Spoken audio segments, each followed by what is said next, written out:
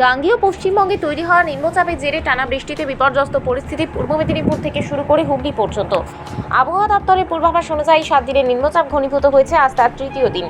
আর এই টানা বর্ষণে সরাসরি প্রভাব পড়েছে হুগলির গোঘাট 2 নম্বর ব্লকের পশ্চিম পাড়া অঞ্চলে।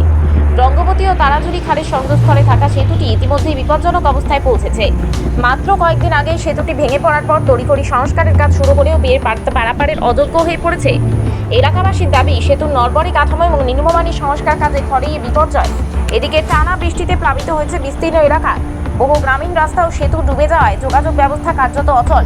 সবচেয়ে বড় বিপদের মুখে পড়েছেন কৃষকরা। জমিতে জল জমে যাওয়ায় ব্যাপক ক্ষতি হয়েছে তীর ও ধান চাষে।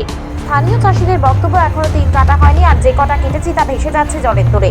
শুধু তাই নয়, যারা সবজি চাষ করেছিলেন তাদেরও ক্ষতি কম নয়। ইতিমধ্যেই পচে যেতে শুরু করেছে ক্ষেতের সবজি। চাষবাসের এমন ভয়াবহ ক্ষতিতে কৃষকদের মুখে দুশ্চিন্তার ছাপ স্পষ্ট। একদিকে ফসল হারিয়ে অন্যদিকে ক্ষতিগ্রস্ত যাতায়াত ব্যবস্থা, সব মিলিয়ে গোঘাটে এক গভীর সংকট তৈরি হয়েছে। এই পরিস্থিতিতে প্রশাসনের দ্রুত হস্তক্ষেপ দাবি করেছেন স্থানীয়রা।